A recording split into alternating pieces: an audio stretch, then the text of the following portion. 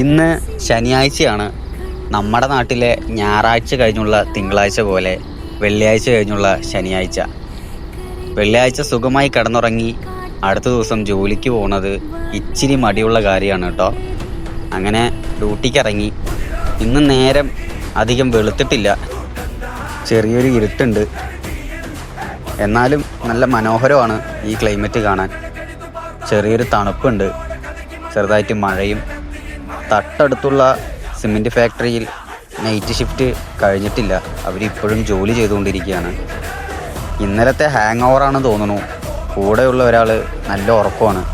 പുള്ളി ഇന്നലെ ഉച്ച വരെ ഉറങ്ങിയിട്ടുണ്ട്, അതിൻ്റെ ക്ഷീണമാണ് ഇന്നും ഉറക്കം. അങ്ങനെ സൈറ്റെത്തി, സ്ഥിരം പരിപാടി, പണി തുടങ്ങി.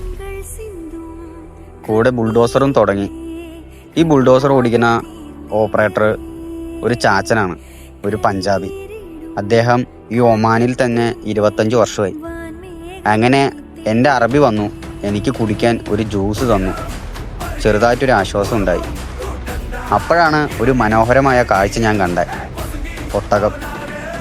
ഇവിടെ വരുമ്പോൾ നമുക്ക് ഇടയ്ക്കിടെ കാണാൻ കഴിയുന്നൊരു കാഴ്ചയാണ് ഇവിടുത്തെ ഒട്ടകങ്ങൾ. നമ്മുടെ നാട്ടിൽ ആട് മേയാൻ പോകുന്ന മേച്ചിൽപ്പുറങ്ങളെ പോലെ ഇവിടെ ഒട്ടകങ്ങളാണ് കൂടുതൽ. ഇവിടെ തൊട്ടടുത്ത് തന്നെ ഒരു മസറയുണ്ട്, അവിടെയുള്ള ഒട്ടകങ്ങളാണ്.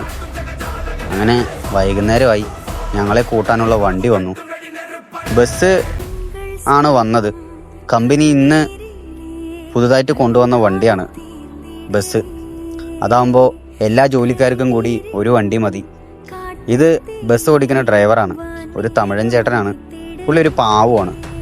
അങ്ങനെ റോഡിലെ കാഴ്ചകളെല്ലാം ബസ്സിലിരുന്ന് കണ്ടുകൊണ്ട് റൂമിലേക്ക് യാത്രയായി. ഇതാണ് ഇവിടുത്തെ മരുഭൂമി. കല്യാണത്തിന് കെട്ടാൻ പോകുന്ന സന്തോഷത്തോടെ ഞങ്ങളെല്ലാവരും ബസ്സിൽ പൊയ്ക്കൊണ്ടിരിക്കുകയാണ്. ബസ്സിൽ ആൾ കുറവാണ്, ഫസ്റ്റത്തെ ദിവസമായതുകൊണ്ടാണ്. പുള്ളി ഞങ്ങളോട് വർത്താനം പറഞ്ഞ് വണ്ടി ഓടിക്കുകയാണ്. അങ്ങനെ റൂമെത്തി, ഞങ്ങൾ റൂമിലേക്ക് പോവാണ്. ഇതാണ് എൻ്റെ റൂം.